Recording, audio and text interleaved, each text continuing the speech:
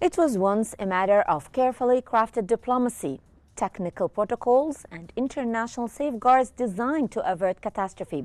But in July 2025, Iran's nuclear program has again become the front line of confrontation.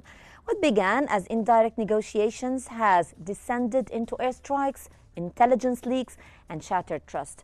After Israel and the United States struck multiple Iranian nuclear sites last month, Iran responded by halting cooperation with the International Atomic Energy Agency, severing a key link to oversight. Talks that were once seen as possible are now hostage to military posturing and political red lines. As uranium enrichment accelerates and the October deadline for the 2015 nuclear deal nears, the question now looms larger than ever. Can diplomacy break through, or has the chance for peace been lost for good? I'm Hala Al-Hamalawi. Welcome to In Depth.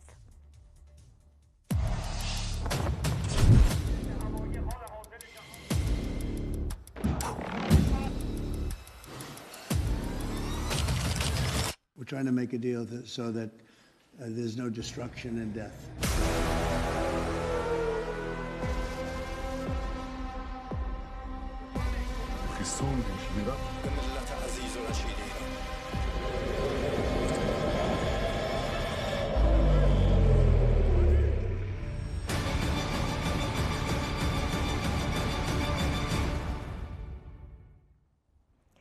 Iran's parliament has formally suspended participation in U.S.-led nuclear negotiations until unspecified preconditions are met, citing U.S. bad faith in support for Israel's June 13 surprise strikes on Iranian nuclear facilities, which prompted a brief but intense regional conflict. According to the Washington Times newspaper, the parliamentary statement asserts that negotiations cannot resume as before without these conditions, though it does not detail them. Foreign Minister Abbas Araghchi has previously demanded guarantees against further military strikes. 5 rounds of Omani-mediated talks earlier this year failed to bridge key divides, particularly over uranium enrichment. The U.S. demands full dismantlement, while Iran insists on its right to enrich. Despite significant damage to Iranian nuclear sites from U.S. and Israeli airstrikes, both sides remain far apart, with the U.S. aligned with European allies on an August deadline for a deal, a timeline experts view as highly ambitious, given, of course, the current impasse. I am announcing today that we cannot and will not make this certification.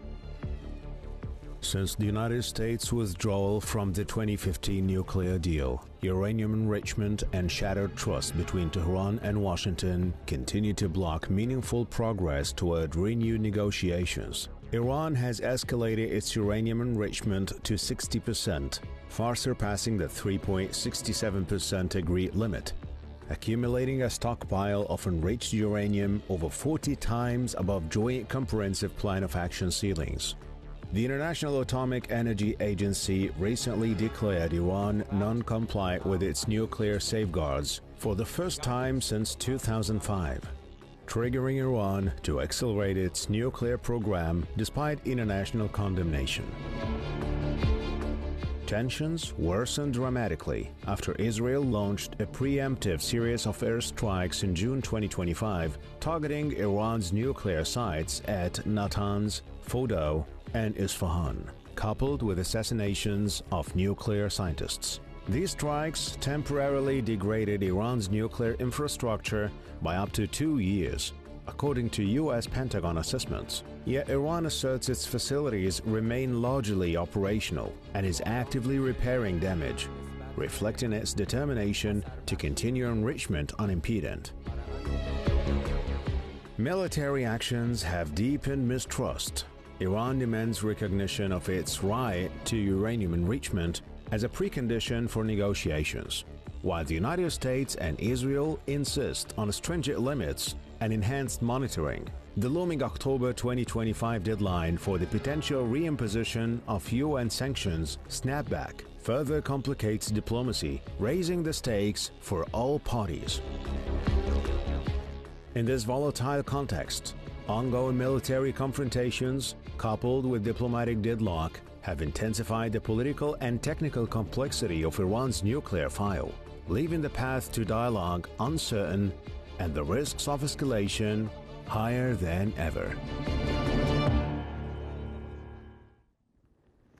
To understand where diplomacy stands and whether it still has a future, we're joined tonight by two prominent voices with first-hand insight. From Cairo, Professor Nourhan Sheikh, political science professor, and Piel de Silva, professor of political science from New York. Together, we will dissect the roots of the current nuclear impasse, the impact of recent escalations, and whether any pathway forward exists. I will start with you, Professor De Silva. Welcome to Q News. Now, what role did the U.S. withdrawal from the 2015 nuclear agreement in 2018 play in escalating mistrust and nuclear tensions? Yes, it's been a catalog of errors, mistakes, missteps. The JCPOA that was, negotiated under the Obama administration was not the perfect article, but it was there. It was in place. The Iranians had signed, and there was possibility for scrutiny of the Iranian nuclear program. President Trump comes because he wants to undo everything that his predecessors have done, and he, abrogated the peace agreement, the JCPOA, and it has actually impacted on peace in the region as well. So you can see that from small beginnings, you can have bigger problems. Yes. So from there on, you can see that the Trump administration has been struggling to try to get a proper deal with the Iranians. And they were in the middle of the negotiations when the Israelis ambushed the Iranians and attacked unprovoked, I must say. They've attacked an unprovoked attack on a sovereign state, killing top military leaders and nuclear scientists and the Iranian nuclear facilities. This led to the 12-day war. Of course, yes. Professor Nourhan Sheikh, welcome to Q News. Now, from Tehran's point of view, what explains the hardening Iranian stance after the U.S. and Israeli strikes in June? Good evening, Hala, and thank you for having me with you. Oh, it's a pleasure. Actually, Iran realized that as soon as its nuclear capabilities would be totally destroyed, Israel would attack it dramatically and would overthrow not only the capabilities of Iran, but as well as the regime itself. So the Iranian regime feels that it is in a great danger if they are giving up all nuclear capabilities. Plus, the strikes of United States or Israel, in fact, it didn't destroy totally. And I doubt that it delayed the Iranian program for 2 years, as the Pentagon mentioned, because Iranian mentioned that it is only a few months later or something like that, and they are able to develop and restore their capabilities in very short time. So actually it is some kind of uncertainty now cover the Iranian program and how far the strikes destroy it, how far they can restore their capabilities in short time, really. But I think the problem is that they don't want to give up all capabilities of enrichment uranium. Yes. Because they think that if they are giving up enrichment of uranium, it means that they will be depend on other countries, and they wouldn't have independence in running those capabilities. And up to the date, I think the main problem is, from one hand, Israel, who the one who is pushing forward and forward for destroying Iran, And from the other hand, Iranian stuck to their programs and having the model of North Korea. Israel wants Iran to be like Libya, like other countries who gave up all their capabilities. But on the other hand, Iranians look to North Korea as a model because as soon as North Korea declared its first atomic bomb, nobody could touch it, and its program continue developing. So I think this is the main problem now. Okay. Professor De Silva, enrichment is at the heart of this impasse. Is the American demand for zero enrichment inside Iran realistic, or is it self-defeating in your own point of view? According to the NPT, the Nuclear Non-Proliferation Treaty, any country, any sovereign country can enrich uranium under the threshold of weapons grade. So the Iranians are well within their rights to do so. And we must also look at the impartiality of the IAEA. I must say that the IAEA and its head, the executive director, have not been impartial. And along with the board, which was mostly the Western countries on the board, that put forward this report castigating the Iranians, saying that they have not been cooperating. And if you actually look at the amounts of fissile material they're talking about, we're talking about in micro, in very, very, very tiny quantities. It's not some huge smoking gun, but that used as a pretext by the Israelis, supported by the Americans, to attack the Iranians and sabotage the talks that was going on, because the Iranians and kill Iranian scientists too.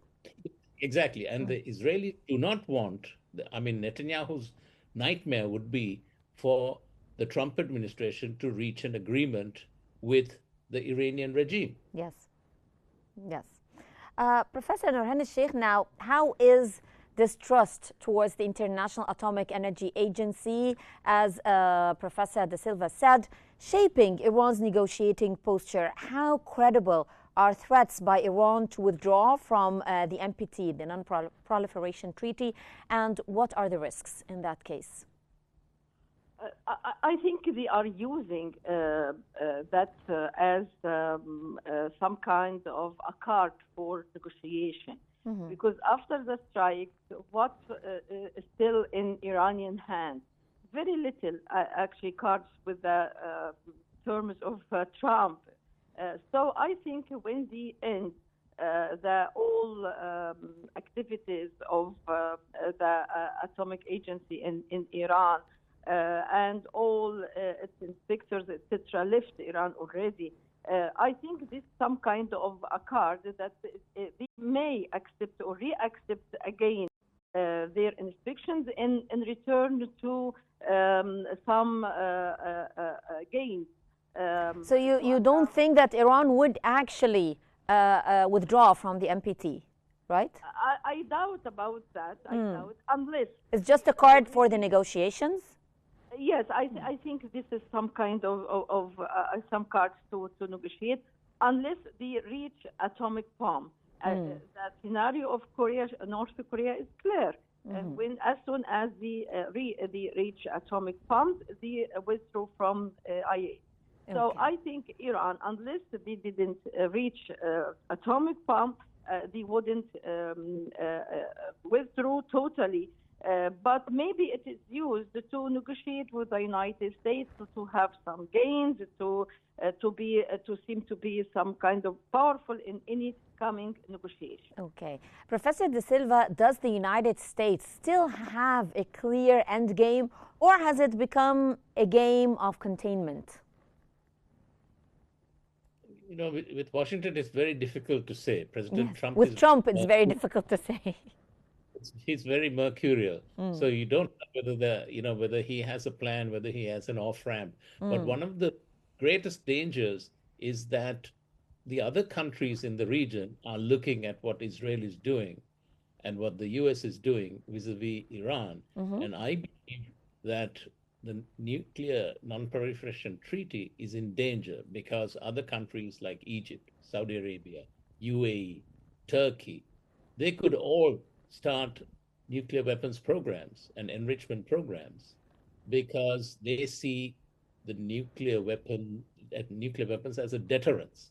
So it could actually lead to a nuclear arms race in the region. Professor Sheikh, the ceasefire that began on June 24th, has it had any substantive diplomatic impact inside Iran? I don't think so, because we are waiting for the next round of negotiation, and nothing happened up to the date. Iran now focusing on its own problems inside, because actually what happened clearly mentioned that there is a very deep intervention, intelligence gaps within the regime on very high level in Iran. So they are now focusing more and more about their own inside problem, also to how to, as soon as possible, to recover their losses. Yes, losses, and particularly the nuclear institutions in Natanz, Isfahan, etc. So, and also the enrichment uranium, where is it? And where the now how the protect it, how to secure that nuclear facilities and nuclear assets. So I think they are now busy of that, plus how to support their allies, the Houthis, Hezbollah, etc., because now Israel is focusing on destroying more and more destruction for those allies.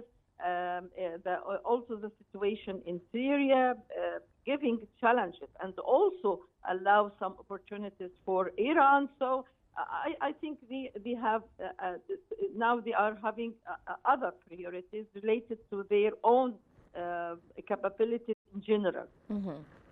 Professor, what guarantees would the United States need from Iran to resume indirect negotiations? See, President Trump is very transactional.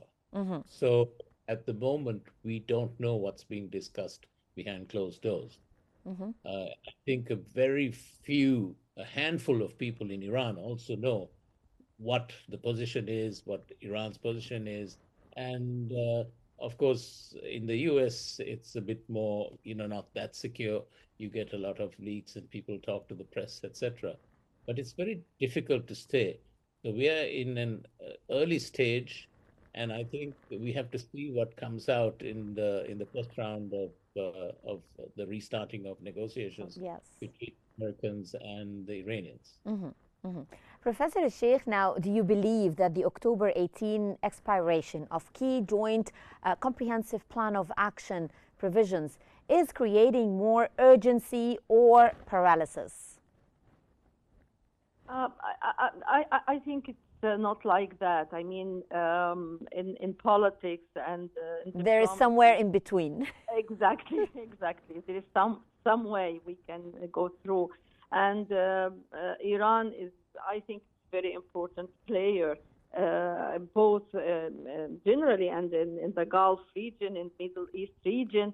I think the United States also came to keep Iran for some kind of balance of power in the Gulf and in the Middle East. And that's why there's some kind of gap between what United States aims and what Israel, because Israel won't, up to now, Netanyahu exactly wants a Middle East led by Israel, dominated by Israel and all Israel allies. But and of course, Iran represents a very important challenge to Netanyahu. But in the United States, maybe the vision is a little bit different, because we have a wider scale and for the Gulf and for the Middle East balance of power.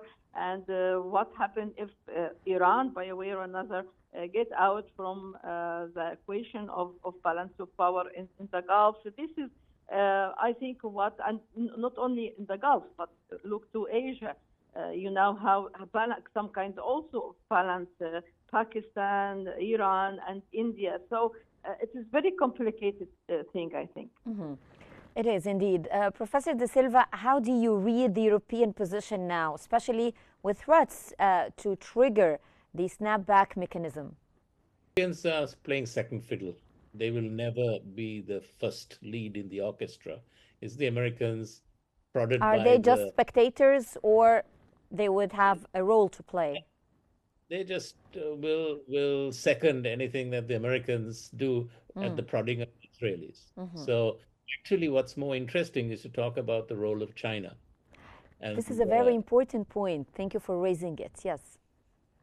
And I think it's very, very important because China is a rising power, and they've used the 12-day war to actually test their hardware, military hardware, and air-to-air missiles, and to see how they fare against the F-35s. Yes. And so there's a lot of other moving parts that are happening which people are not paying attention to.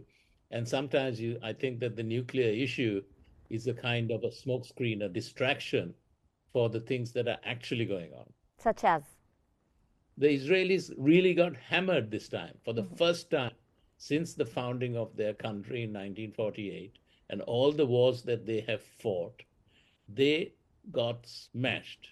Their military headquarters, Mossad headquarters, air bases, Haifa, the refinery, you name it. And they're trying to keep a lid on it, but it's not possible because Israel is a very small country and Iran is a very large country with a large population. Israel could not manage simply on its own without support of the Americans. Interesting point. Thank you for raising it. Back again to you, Professor Norhan. Now, Iran has offered to reduce its enriched uranium gradually. Is this seen in Tehran as a genuine compromise or a tactical move? In your opinion, how do the people there in Iran view it? I think it's a tactical move because Iran, from the early beginning of the Iranian nuclear program, it was, by the way, has its own military side, or military aspect, since Shah Iran. And at that time, Germany was the one who cooperated with Iran to build, and the United States itself helped Iran, provides it with the uranium enrichment with 90%. So it was okay as soon as the regime is okay with the United States. So I think it's a dream for Iran and for the Iranian regime to be a nuclear power as Pakistan, as India, because as I told you, there is another side of the equation. So I think it's very important for Iran to enrichment uranium to be able to produce or not. This is another issue. So I think it is a tactical move, and our experience with Iran that they many times said something and the reality is going in a different way. So they may be calm players and maybe calm critical or something like that from the United States, from Europe, or even from Israel. But in fact, I think they will go ahead in their own program. Professor De Silva, what does the current breakdown in trust imply for the timing and substance of any future indirect negotiations between Tehran and Washington?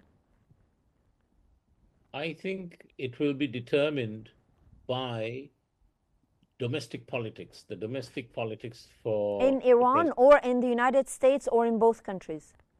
No, for President Trump in particular. And it's the MAGA movement that's putting pressure on President Trump.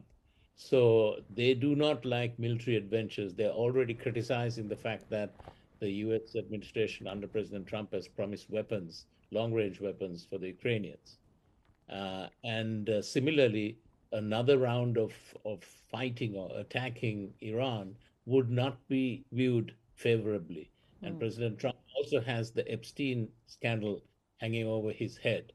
So True. all of these issues are what is going to determine how President Trump moves, because his policy has always been to deflect and distract. Yes, true. Professor Nurhan, what does a face-saving exit looks like for Iran if talks were to restart? The safe exit for Iran is to have, from my point of view, the ability at least to produce nuclear bombs. There is no way after the strikes from the United States, Israel, Iran now doesn't trust both of them, doesn't trust the American administration. I think the Iranians deeply believe that the only way to be safe and to keep safe is to very quickly develop their capabilities, restore their facilities to be able to produce nuclear bombs. As I mentioned, it is the same North Korean example or scenario. This is the only way for Iran, because otherwise it will be threatened any time to be pumped from Israel, from United States. They cannot trust the negotiation, and they declared that openly. Maybe they will back to the negotiation, but just to save and to have some time. But really, this is the only way exit for Iran. Professor De Silva, given, of course, the current regional and international mediation attempts, what diplomatic paths seem most viable to diffuse the military tensions and rebuild trust, if this is even possible? Very good question. So the thing is, having the Netanyahu regime in Tel Aviv is not going to help anything, because Netanyahu is trying to save his political skin by fighting, by bombing Gaza, attacks in the West Bank, bombing Lebanon, bombing Syria, bombing Iran. All of these things is basically to keep his political, career. Grip. Yeah. So therefore, there must be a regime change in Tel Aviv. And I think it behooves the Arab states, the League of Arab Nations, to get together and really put pressure as a collective group on the Americans, on the Europeans, to have regime change in Israel. It's actually a very easy thing for the Americans to make sure that regime change takes place in Israel, and then we could foresee a kind of a semblance of normalcy, because what's happening is totally abnormal, and we are allowing a desperate politician to go to war, kill thousands of people, and put the stability of the whole region, and not only that, the stability of the NPT, because other countries are saying, hey, we think nuclear deterrence is the way forward, as your guest been arguing. Exactly. Professor Sheikh, now how do sanctions and economic pressures actually affect Iran's willingness and ability to negotiate nuclear restrictions? The sanctions generally has no that much effect. And up to the date, Iran under hundreds of sanctions, and everything is going very smoothly. Yes, because it developed its own partners in trade, etc. It has China, Russia, other countries. So I think that sanctions generally on Iran and other countries is not that much powerful. Powerful, yes. And Iran asked many times to lift sanctions from the United States, and Trump administration didn't respond. Didn't base some positive attitude towards that up to the date, because it is not Trump. In the United States, we have many institutions. In the United States, there is the White House, but we have Congress, we have Pentagon, we have many CIA, many other institutions that limit the president's will. he cannot do everything. Plus Israel, the one who, by way or another, pressure very hard not to lift sanctions from Iran. So I think it's very complicated, but it is not powerful, and Iran doesn't care a lot. Yes, it is still one of its demands and conditions, but it has its own way to deal with it. Yes. Well, I'd like to thank both my guests today, Professor Piel da Silva and Professor Nourhan Sheikh. Thank you so much for your valuable insights.